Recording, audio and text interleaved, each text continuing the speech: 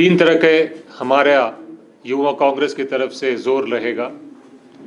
एक है कि हिमाचल में सरकार का जो अच्छा काम है उसको हिमाचल के युवाओं को बताना कि 8 महीने में सरकार ने क्या क्या काम किया है, कितना काम किया है।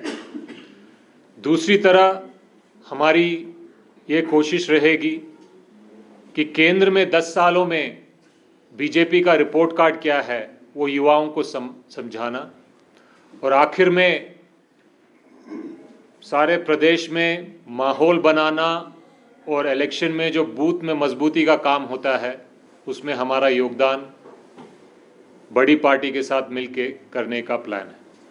लोकसभा चुनावों के दौरान क्या यूथ कांग्रेस से किसी को प्रत्याशी के रूप में देख पाएंगे? अगर कोई भी हमारा साथी मजबूत है तो उसकी दावेदारी हम करेंगे, और पार्टी जिसको भी टिकट देगी सारी यूथ कांग्रेस मिलकर हमारे 4 लोकसभा प्रत्याशी हिमाचल से उनकी भरपूर सपोर्ट करेगी।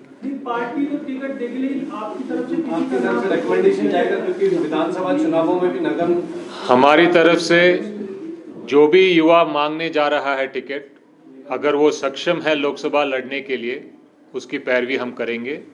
वो प्रक्रिया अभी चल रही है, जब वो आगे बढ़ेगी तो समय पर आपको सूचित किया जाए। तो नमस्कार, स्वागत। 2024 के लोकसभा चुनाव जल्द ही आने वाले हैं।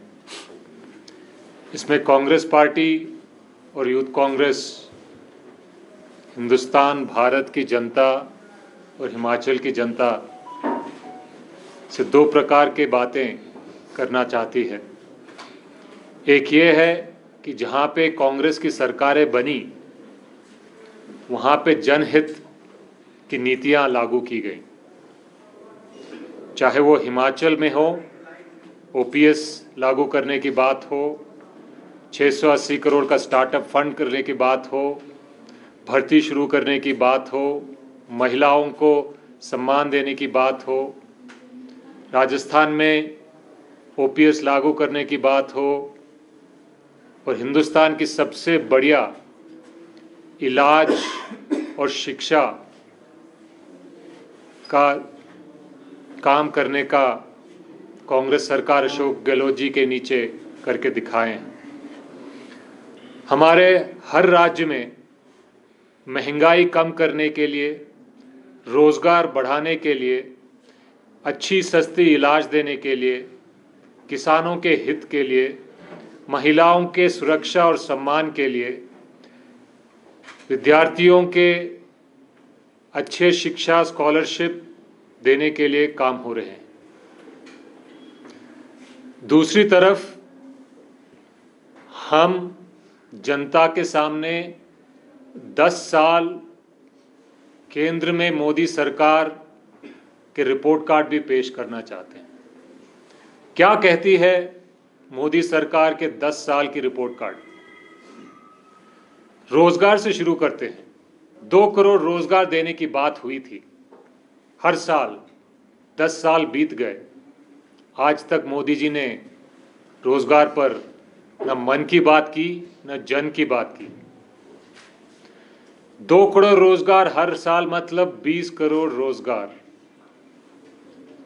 उल्टा जब मोदी जी से सवाल किया गया था कि रोजगार का क्या हुआ, आपके वादे का क्या हुआ, आपके 2014 का गारंटी का क्या हुआ, मोदी जी का जवाब आया कि पकोड़े तलना भी एक तरह का रोजगार होता है। तो रोजगार देने में मोदी जी और मोदी सरकार फेल है। 10 सालों का रिपोर्ट कार्ड ये कहता है। चाहे वो पेट्रोल हो, डीजल हो, गैस सिलेंडर हो, खाने की चीजें हो, शिक्षा हो, इलाज हो, हर चीज में महंगाई रिकॉर्डें तोड़ चुकी है। इसका डायरेक्ट असर जनता के जेबों पे, जनता के पेटों पे पड़ता है। तो महंगाई कम करने में मोदी जी और मोदी सरकार के रिपोर्ट कार्ड ये कहती है कि वो भयंकर तरीके से फेल हुई।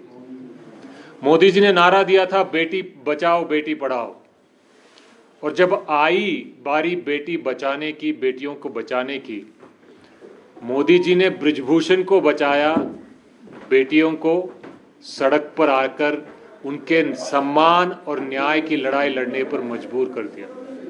तो बेटी बचाने में मोदी सरकार का रिकॉर्ड फेल। किसानों के बारे में मुझे कुछ कहने की ज़रूरत नहीं है। 3 काले कानून लाने की कोशिश की गई, किसानों ने मोर्चा खोला, मोदी सरकार ने कानून तो लागू किए नहीं, लेकिन जो किसान के मांगे थी कि उनको सही दाम मिले, सही समय पे मिले, वो आज तक कहीं लागू नहीं किया गया। जहां उनकी सरकारें आती हैं, राजस्थान को उदाहरण ले लीजिए, आते ही पहले कैबिनेट में ओपीएस को खत्म कर दोबारा एनपीएस को लाने का काम किया है। कल चंडीगढ़ में मेयर के चुनाव हुए थे। चुनाव में क्या हुआ ये जनता ने अपने आंखों से देखा है कि जो अफसर चुनाव को फ्री एंड फेयर तरीके से करने वाला था, वो खुद बीजेपी के साथ मिलकर अपने पेन से वोट खारिज कर रहा था। तो अगर ऐसे ही चुनाव करने थे तो वोटिंग की कोई ज़रूरत नहीं है। तो चंडीगढ़ में जो हुआ मेयर के चुनाव में, वो एक ट्रेलर है कि 2024 में दोबारा बीजेपी की सरकार बनती है तो मेरे ख्याल से हर चुनाव वोटिंग कुछ भी हो, रिजल्ट ऐसे ही डिक्लेयर किया जाएगा। तो हम ये रिपोर्ट कार्ड जनता को याद दिलाना चाहते हैं। संक्षिप्त में, रोजगार देने में फेल, महंगाई कम करने में फेल, बेटी बचाने में फेल, किसान को न्याय दिलाने में फेल, अच्छी इलाज सस्ती इलाज देने में फेल, मजदूर को अपना हक देने में फेल, लोकतंत्र को बचाने में फेल, और आखिर में हिंदुस्तान के भविष्य को गिरवी रखने में पास। तो इन बातों से हम जनता के साथ, जनता के सामने जाना चाहते हैं। यही हमारा आने वाले 100 दिन का कार्यक्रम होगा। जय हिंद।